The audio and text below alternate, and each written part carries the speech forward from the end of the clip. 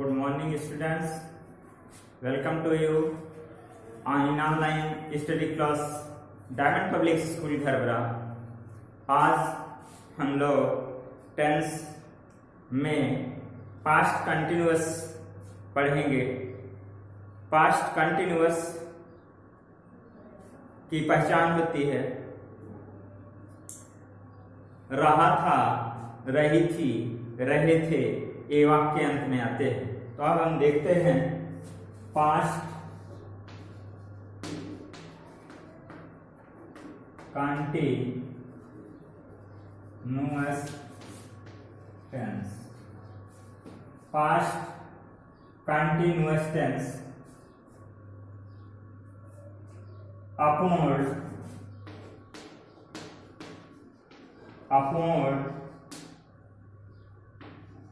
भूतकाल।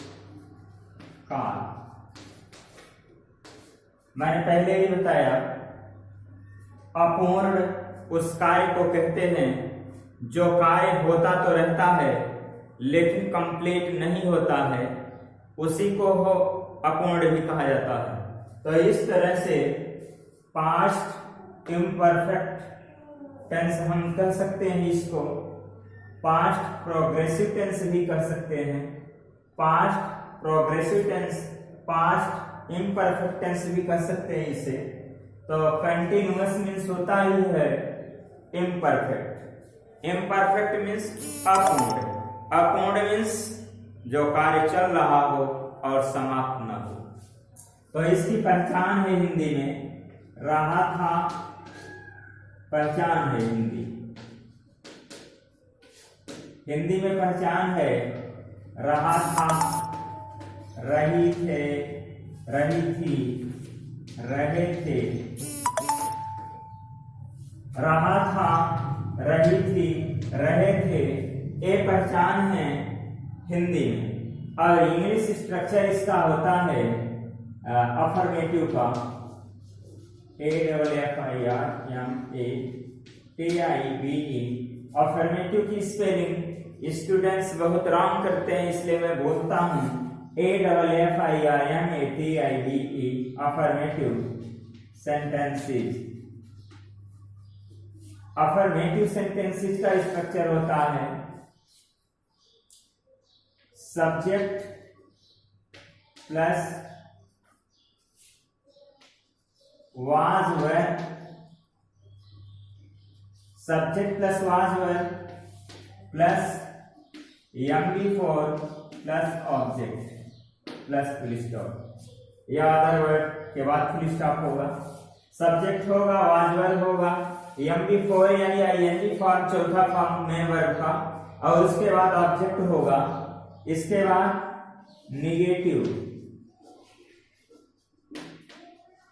नेगेटिव का हमारा होता है subject plus was oblique were plus not plus MB4 plus object. एक नेगेटिव का रूल होता है इंट्रोगेटिव का रूल, INTERROGATIVE।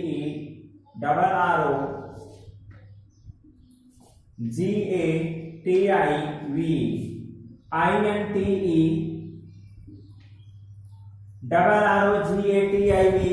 इंट्रोगेटिव सेंटेंस का रूल होता है, यही वाज वर पहले हो जाएगा, was were, was oblique were plus subject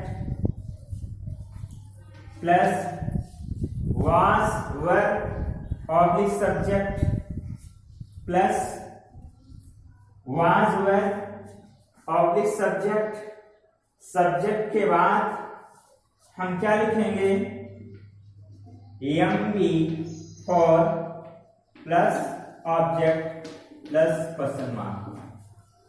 पहले इंट्रोगेटिव में हेल्पिंग वर्ब लगाएंगे, फिर सब्जेक्ट लगाएंगे, फिर मेन वर्ब का फोर्थ फॉर्म यूज होगा, फिर ऑब्जेक्ट होगा। अगर इसमें हम नॉट भी लगाएंगे तो नॉट मेरा MB4 के पहले होगा। जैसे इसका निगेटिव बनाएंगे, अगर हम इसमें हम दो पार्ट कर लेते हैं। ये देखिए, was oblique were plus subject plus not plus या V four plus object plus question mark. इसी तरह से मैंने हमें हर वीडियो में बताया कि WH टाइप वर्ड अगर जोड़ना है तो इन्हीं के पहले रख दिया जाता है, और हिंदी वाक्य में WH टाइप वर्ड वाला अगर सेंटेंस है तो हिंदी वाक्य के बीच में आता है और इंग्लिश में सबसे पहले उसको लिखा जाता है। जब भी इंट्रोगेटिव वर्ड किसी भी सेंटेंस में वो बीच में होगा हिंदी में, तो इंग्लिश में उसे हम पहले रखते हैं, स्टार्टिंग में रखते हैं। तो ये हमारा स्ट्रक्चर है। अफर्मेटिव का ये हुआ, नेगेटिव का है subject plus was verb plus not plus M before plus object. Interrogative का है was oblique verb plus subject plus M before, यानी मेन वर्ब का full form plus object plus question mark. इस तरह से अगर इसमें नेगेटिव लगाना है तो हमें एम बिफोर के पहले लगा लेना है, एम बिफोर के पहले लगाना है। अब हम सेंटेंस लिख करके देखते हैं, तब जाके आपके समझ में आएगा। देखिए, वह पुस्तक पढ़ रहा था। एक चीज मैंने कहा लास्ट में रहा था, रही थी, रहे थे होंगे, तो रहा था रही थी आपको मिल गया। अब उसके बाद पढ़ना मेन वर्ब है, उसके बाद ये ऑब्जेक्ट है, ये सब्जेक्ट है। तो अफर्मेटिव, ये सेंटेंस आपका अफर्मेटिव है। अफर्मेटिव का रूल है पहले सब्जेक्ट है, तो सब्जेक्ट इसमें वह है, वह की इंग्लिश होगा ही। अब किसी भी सेंटेंस का सब्जेक्ट निकालने के लिए उस सेंटेंस के वर्ब में हु से क्वेश्चन करते हैं। जैसे वह पुस्तक पढ़ रहा था, कौन पुस्तक पढ़ रहा था? क्वेश्चन किया गया, वह पुस्तक पढ़ रहा था, कौन पुस्तक पढ़ रहा था? आंसर में आता है वह। तो यही हु से जब क्वेश्चन करेंगे तो सब्जेक्ट निकल के आता है ही। अब उसके बाद सब्जेक्ट सिंगुलर है, ही वाज, सब्जेक्ट सिंगुलर है तो वर्ब भी सिंगुलर होगा, ही वाज। उसके बाद हेल्पिंग वर्ब के बाद मैंने बताया कि मेन वर्ब का फोर्थ फॉर्म, तो मेन वर्ब है रीड, तो रीड में ING लगेगा। ये फोर्थ वर्ब का फोर्थ फॉर्म हो गया, रीड में ING मैंने जोड़ा, ही वाज रीडिंग। अब उसके बाद ऑब्जेक्ट आता है, वह पुस्तक पढ़ रहा था, he was reading a book. He was reading a book, वह पुस्तक पढ़ रहा था, वह पुस्तक नहीं पढ़ रहा था, वह पुस्तक नहीं पढ़ रहा था, वह पुस्तक नहीं पढ़ रहा था। अब इसमें सब्जेक्ट ये है ही, और उसके बाद वाज, ही वाज। अब वाज वर्ब के बाद नॉट लगाएंगे, he was not reading a book.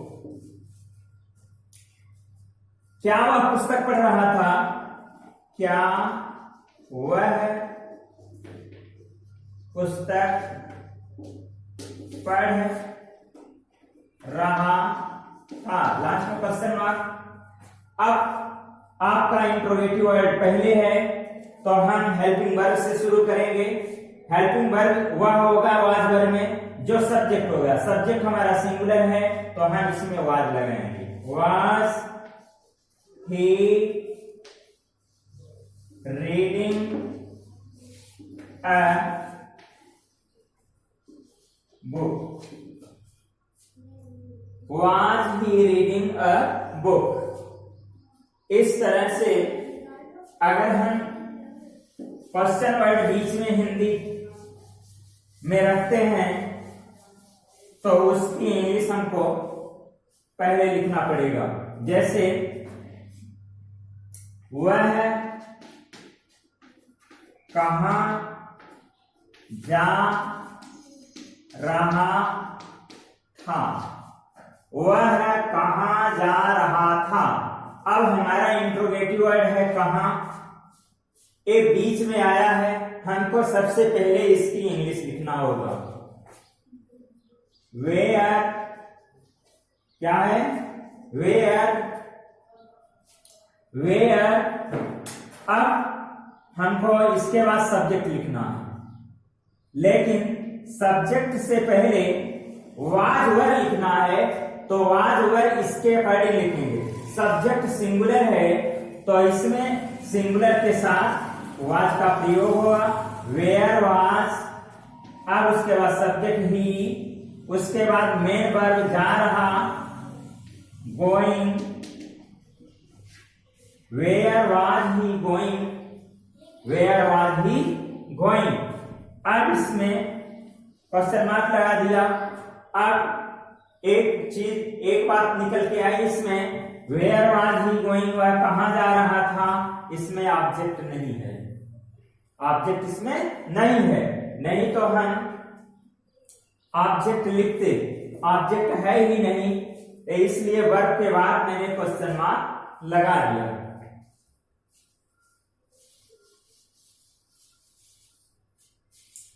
एक और सेंटेंस देखते हैं, वह पत्र क्यों लिख रहा था, वह पत्र क्यों लिख रहा था, Y.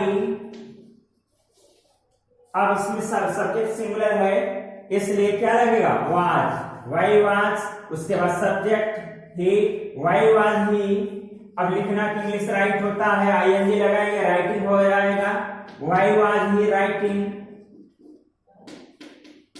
Y was he writing पत्र, a letter, question mark. Why was he writing a letter, वह पत्र क्यों लिख रहा था।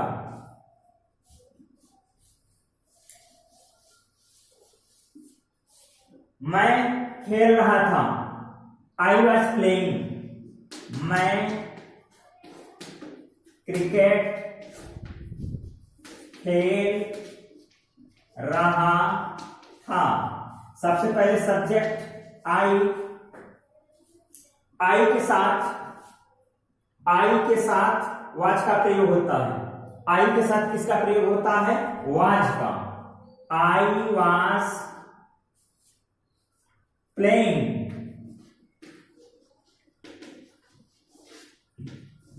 I was playing. अब यही ऑब्जेक्ट है cricket, CRICKET।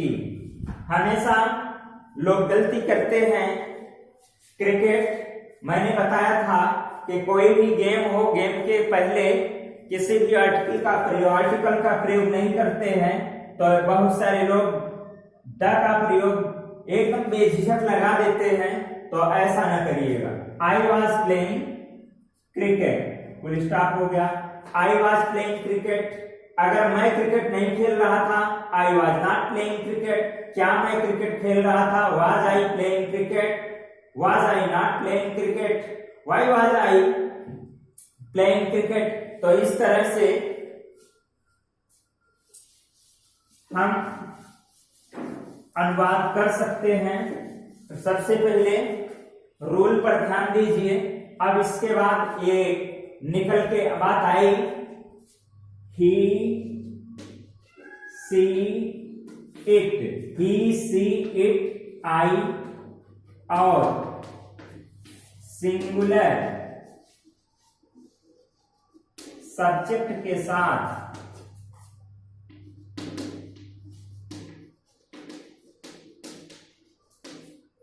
he see it I, he see it I और सिंगुलर सब्जेक्ट के साथ वाज का प्रयोग करते हैं।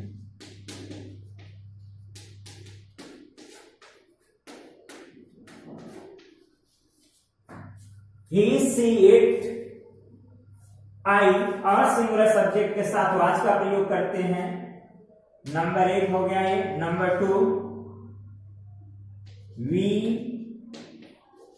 You they, we you they और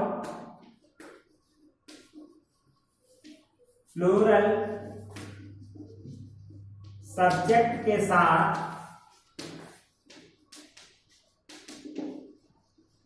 वर्ब WRE वर्ब का प्रयोग करते हैं।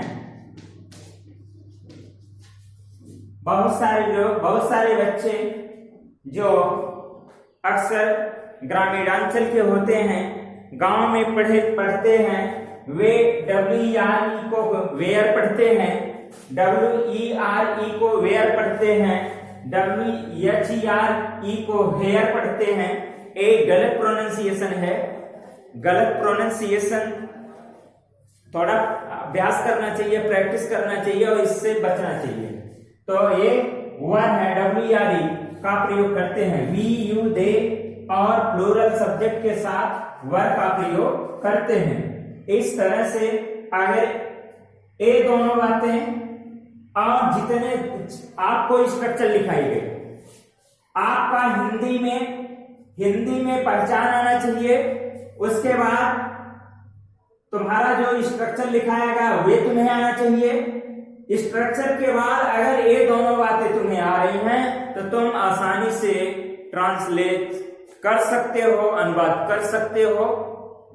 उसमें कहीं से कोई दिक्कत नहीं आएगी। अगर कहीं से कोई दिक्कत हो तो आप कमेंट करिए, उसको पूछिए, उसका समाधान किया जाएगा। आप अगर वीडियो आपको अच्छी लगे तो लाइक, सब्सक्राइब और शेयर अवश्य करिए। Thank you.